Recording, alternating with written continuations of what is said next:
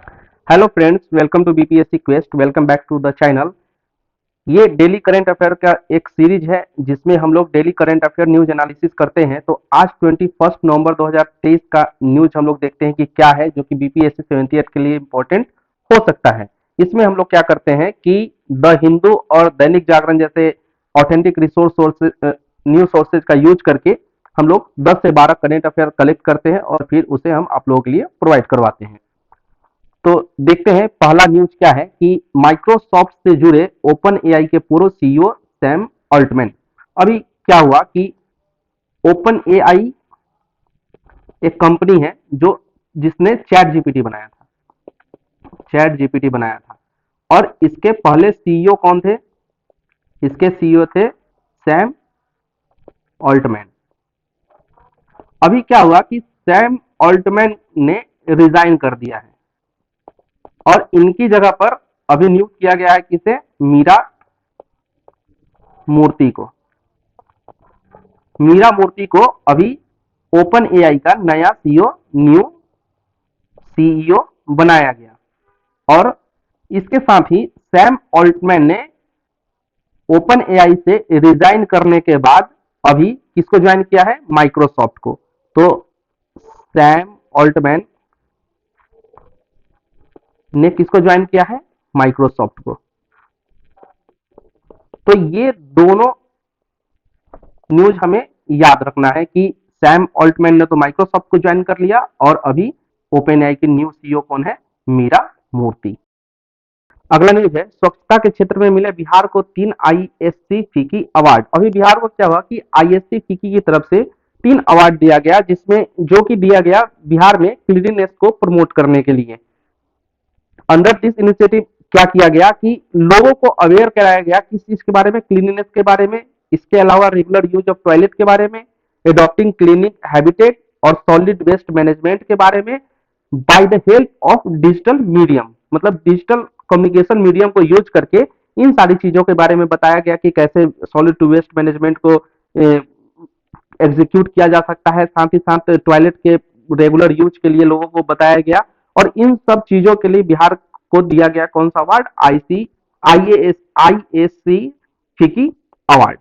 अभी देखिए इसके अलावा ये अवार्ड दिया गया है कि लगभग 1563 ग्राम पंचायत में ऐसा काम किया गया जो कि जिसमें डिजिटल कम्युनिकेटिंग मीडियम को यूज करके लोगों को अवेयर कराया गया और ये फ्यूचर में लगभग लगभग बिहार के सारे पंचायत में इस इनिशिएटिव को लागू किया जाएगा। ये इनिशिएटिव यूनिसेफ और institute of development management Patna का एक ज्वाइंट प्रोजेक्ट था, जिसके थ्रू इस इनिशिएटिव को बिहार के 1563 ग्राम पंचायतों में लागू किया गया था। साथ ही साथ लाइट हाउस इनिशिएटिव को भी बिहार में सक्सेसफुली एग्जीक्यूट करने के लिए ये अवार्ड बिहार गवर्नमेंट को दिया गया। इसके साथ जमुई की एक जमुई के हरला पंचायत की मुखिया है कोमल कुमारी, उन्हें वुमेन्स चेंज मेकर का अवार्ड दिया गया। तो women's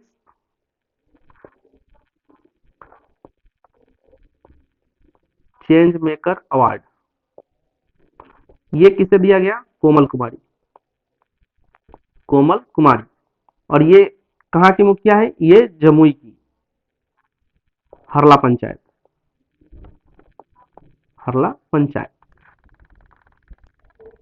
China is the biggest security anxiety for India and Australia. ये कब कहाँ बोला गया है? ये बोला गया है अभी एक बाइलेटरल 2+2 मीटिंग हुआ है किसके बीच में?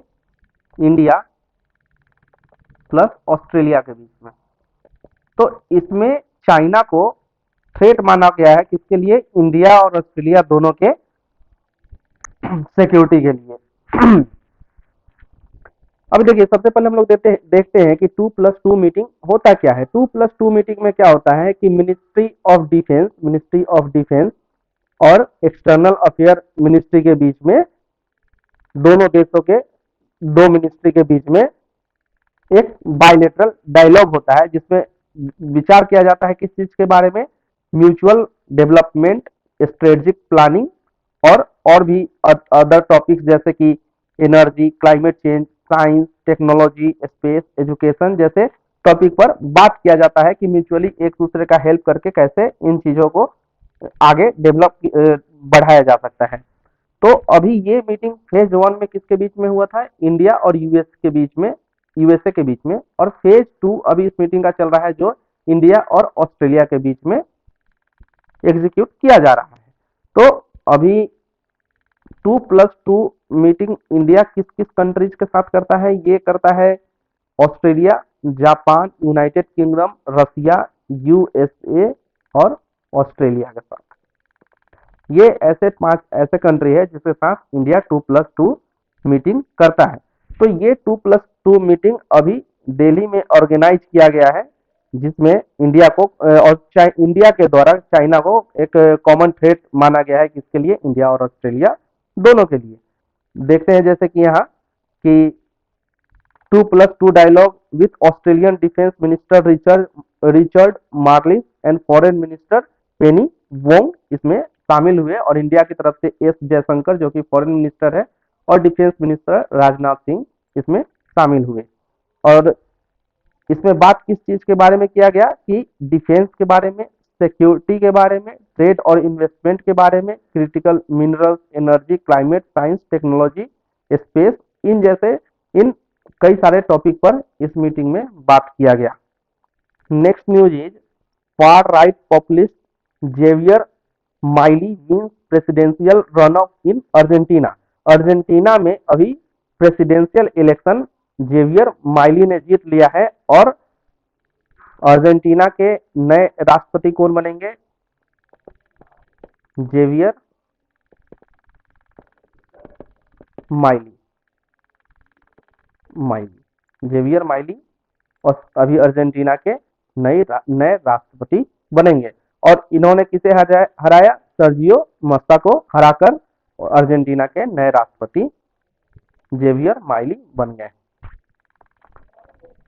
अगला है कि China keen to extend Myanmar economic corridor to Sri Lanka. अभी देखिए चाइना ने म्यांमार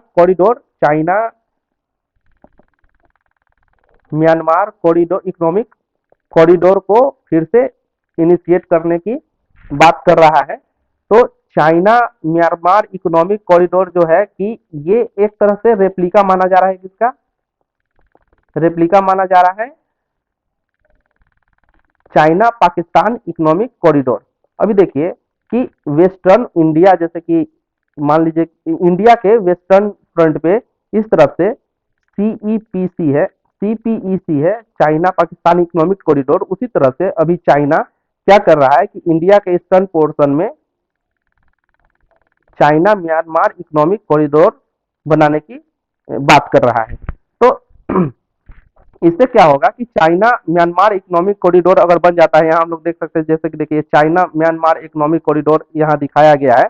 तो इससे क्या होगा कि चाइना को डायरेक्ट बे ऑफ बंगाल में एक्सेस मिलेगा, बे ऑफ बंगाल में एक्सेस मिलेगा। इससे क्या होगा कि इंडिया के सिक्योरिटी को खतरा है, और साथ ही साथ चाइना को इसे डायरेक्ट एक्सेस मिलेगा किसमें? बे ऑफ बंगाल में।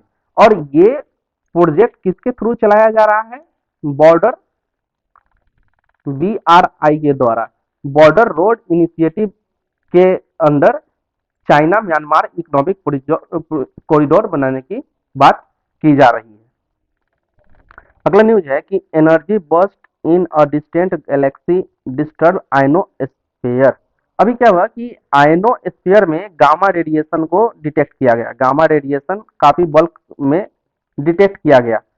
तो ये रेडिएशन कहाँ से आ रहा था, इसके बारे में हम लोग जानते हैं कि सबसे पहले तो हम लोग देखते हैं कि सुपरनोवा होता क्या है, क्योंकि ये रेडिएशन जो है एक सुपरनोवा का रेडिएशन था जो कि अर्थ के सरफेस पे, मतलब कि अर्थ के इन्वायरमेंट में एंटर कर रहा था, जो कि आयनोस्फीयर पे डिटेक्ट किया गया कहाँ? आयनोस्फीयर पे डिटेक्ट किया गया। तो सबसे पहले हम लोग देखते हैं कि सुपरनोवा होता क्या है।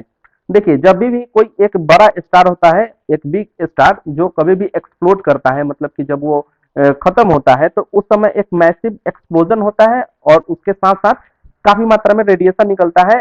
तो ऐसे स्टार्स को जो कि डेड ऑलमोस्ट डेड स्टार होते हैं, उसको हम लोग बोलते हैं सुपरनोवा। तो इससे क्या होता है कि इलेक्ट्रोमैग्नेटिक रेडिएशन निकलते हैं, जिसका इलेक्ट्रोमैग्नेटिक मैग्नेटिक रेडिएशन का ही एक पार्ट है गामा रेडिएशन, जो कि काफी मात्रा में निकलता है।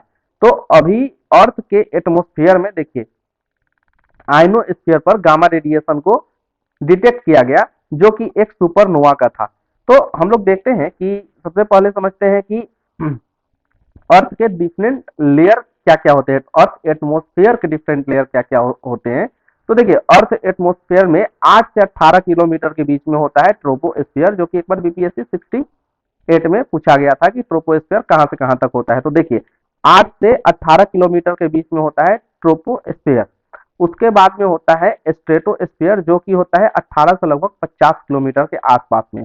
और इसमें ही इसी स्ट्रेटोस्फियर में जैसे कि अपना एरोप्लेन वगैरह जो चलते हैं, उड़ान भरते हैं, वो स्ट्रेटोस्फियर में भरते हैं। इसके बाद आता है अपना ओजोन लेयर, जो कि बिल्कुल स्ट्रेटोस्फियर के पास ही होता है, या यूं कहें कि स्ट्रेटोस्फियर का ही एक पार्ट होता है, जो कि लगभग 50 किलोमीटर के आसपास होता है। उसके बाद आता है अपना मीजोस्फियर, जो कि हाईली डेंस होता है और इसमें टेम्परेचर काफी ही कम होता है। फिर इसके बाद में आता है आइनोस्फीयर, जो कि लगभग 90 किलोमीटर से लेकर 350 किलोमीटर के बीच में होता है।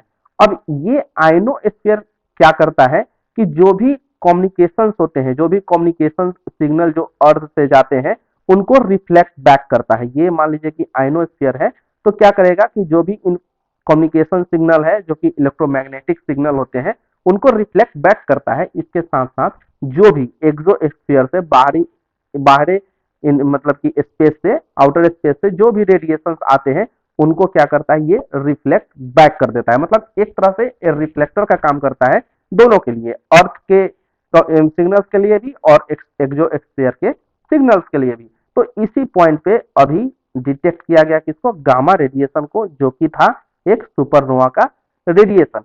तो हम देख सकते हैं यहाँ की कैसे आयनोस्फीयर हमारे लिए काफी इंपॉर्टेंट है, जो हमें बचाता है किससे, आउटर स्पेस के रेडिएशन से हमें प्रोटेक्ट करते हैं। इसके साथ साथ जो भी अल्ट्रा वायलेट रेज आते हैं, उसके कुछ पार्ट को भी ये रिफ्लेक्ट बैक कर देता है। कौन, आयनोस्फीयर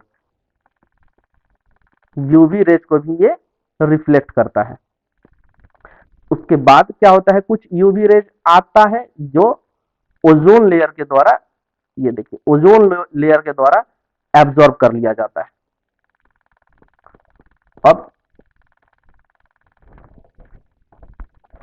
तो आगे देखते हैं कि आइनो, यही यहाँ बोला गया है कि ionosphere is situated about 50 to 950 kilometre above the earth surface, stretching a very edge of the space.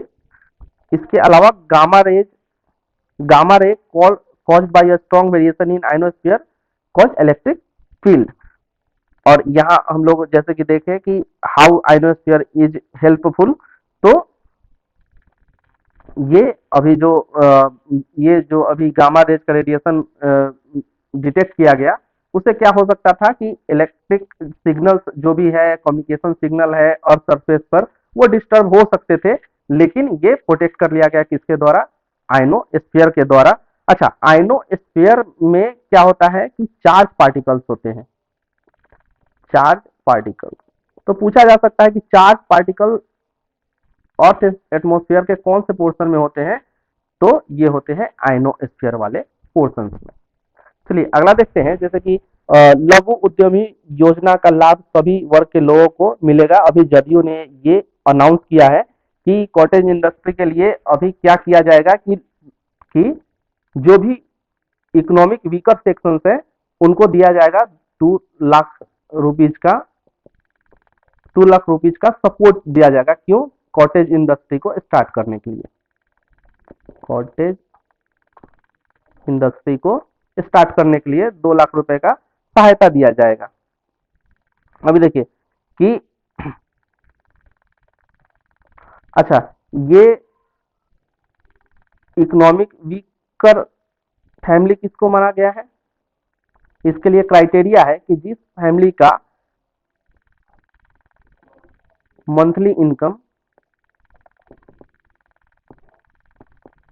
Less than 6,000, rupees होगा, उनको ही 2 लाख रुपए का सहायता दिया जाएगा कॉटेज इंडस्ट्री को स्टार्ट करने के लिए। नेक्स्ट न्यूज देखते हैं कि भारतमाला परियोजना की लागत हुई दुगनी, ये किसने बोला है? इकरा ने, आईसीआरए। अब आईसीआरए क्या है? ये है rating agency. Rating agency total कितने हैं? रेटिंग एजेंसी टोटल है 6, उसमें से एक इकरा एक एजेंसी है जिसने बोला है अभी की जिसने अभी बोला है कि भारतमाला परियोजना की लागत कितनी हो गई है? दुगनी, क्योंकि अभी जो भूमि अधिग्रहण किया जाता है कि लैंड एक्विजिशन किया जाता है रोड प्रोजेक्ट्स के लिए उसका जो कीमत है वो काफी बढ़ गया है, जिसके कारण जो लागत आने वाली है वो लगभग बढ़कर दुगना हो गया है। भारतमाला परियोजना में 34,800 किलोमीटर राजमार्ग का निर्माण करना था और उसका डेवलपमेंट करना था। जैसे कि इसमें ग्रीन फील्ड रोड भी थे और जो पुराने ओल्ड रोड थे उनको भी रीडेवलपमेंट उसका करना था रीडेवलपमेंट उसका करना था। ग्रीन फील्ड रोड क्या होते हैं? जिसमें लगभग 80% नए रोड का निर्माण किया जाता है, उसे हम लोग बोलते हैं ग्रीन फील्ड रोड। तो भारतमाला परियोजना में 34,800 किलोमीटर राजमार्ग को विकसित करना था, जिसमें नए राजमार्ग के साथ साथ पुराने राजमार्ग को भी डेवलप करने का लक्ष्य रखा गया था। साथ ही साथ इसमें लगभग पहले का खर्च करने का जो योजना था वो था 5.35 लाख करोड़, जो अब बढ़कर हो गया है लगभग कितना? ये हो गया है 10.70 लाख करोड़।